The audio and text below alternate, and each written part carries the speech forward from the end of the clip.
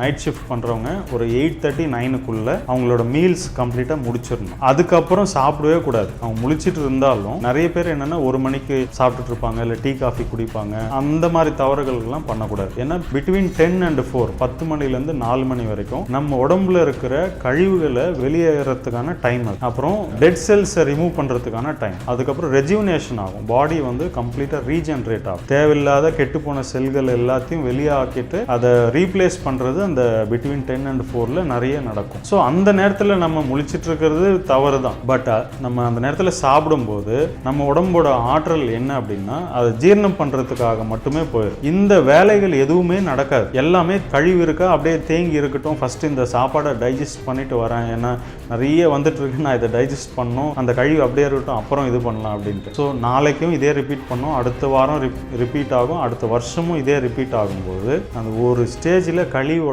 தேக்கம் வந்து அதிகமாகும்போது தான் நமக்கு நோயோட ஆரம்பம் வந்து ஸ்டார்ட் ஆகும். ஸோ அதுதான் முக்கியமான காரணமாக இருக்குது. ஸோ அதுக்கு வந்து நைட்டில் அவங்க எவ்வளோ சீக்கிரம் முடியுமோ சாப்பிட்டுட்டு அதுக்கப்புறம் தண்ணி மட்டும் குடிச்சிட்டு எவ்வளோ சீக்கிரம் அவங்க போய் தூங்க முடியுமோ தூங்கிட்டு, அது தூங்குறது கூட பார்த்தீங்கன்னா ஒரு 6 to 8 hours ரெஸ்ட் கிடைச்சது அப்படின்னா ஓரளவுக்கு காப்பாற்றிக்கலாம் அவங்க உடம்பை. சாப்பிட்டதுக்கு அப்புறம் தண்ணி குடிக்கலாமா? அதே மாதிரி வந்து ஒரு நாளைக்கு ஒரு மனுஷன் வந்து எவ்வளோ தண்ணி குடிக்கணும் அப்படின்றது?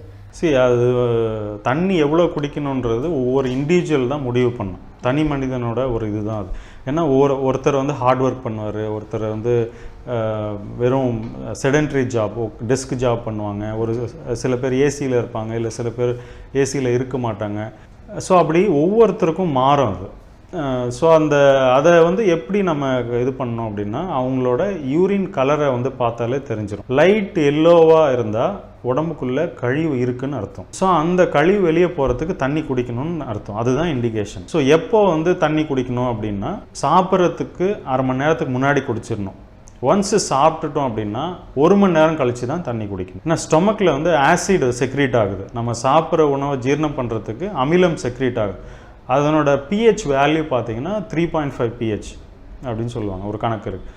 நம்ம தண்ணி குடிச்சிட்டோம் அப்படின்னா அது 6.57 pHக்கு வந்துடும். ஸோ அமிலமாக இருக்க வேண்டிய அந்த ஆசிட் வந்து நீர்த்து போகிறதுனால சாப்பிட்ற சாப்பாடு எதுவுமே ஜீரணம் ஆகாமல் உள்ளுக்குள்ளேயே இட்லி மாவு மாதிரி புளிச்சிட்டு இருக்கும். அந்த புளிச்சு போய் வர்றது தான் கேஸு, அசிடிட்டி, இன்டைஜஷன், எனக்கு உப்பசமாக இருக்குது அப்படின்னு சொல்லுவாங்க இல்லையா. இது எல்லாத்துக்கும் முக்கியமான காரணமே சாப்பிடும்போது தண்ணி குடிக்கிறது, இல்லை சாப்பிட்டு முடிச்சுட்டு உடனே குடிக்கிறது. ரெண்டுமே பண்ணக்கூடாது. இமிடியேட்டாகவும் குடிக்கக்கூடாது, சாப்பிடும் போதும் குடிக்கக்கூடாது. ஸோ இப்போ ஒரு பக்கம் வந்து சார் அயோடினைஸ்டு சால்ட் வந்து சாப்பிடலாமா சாப்பிடக்கூடாதுன்னு ஒரு பக்கம் வந்து ஆர்குமெண்ட் போயிட்டு இருக்கு. இன்னொரு பக்கம் வந்து பிங்க் சால்ட் வந்திருக்கு, கல் உப்பு, ராக் சால்ட், இந்த மாதிரி நிறைய உப்பு வகைகள் வந்து வந்துட்டே இருக்கு.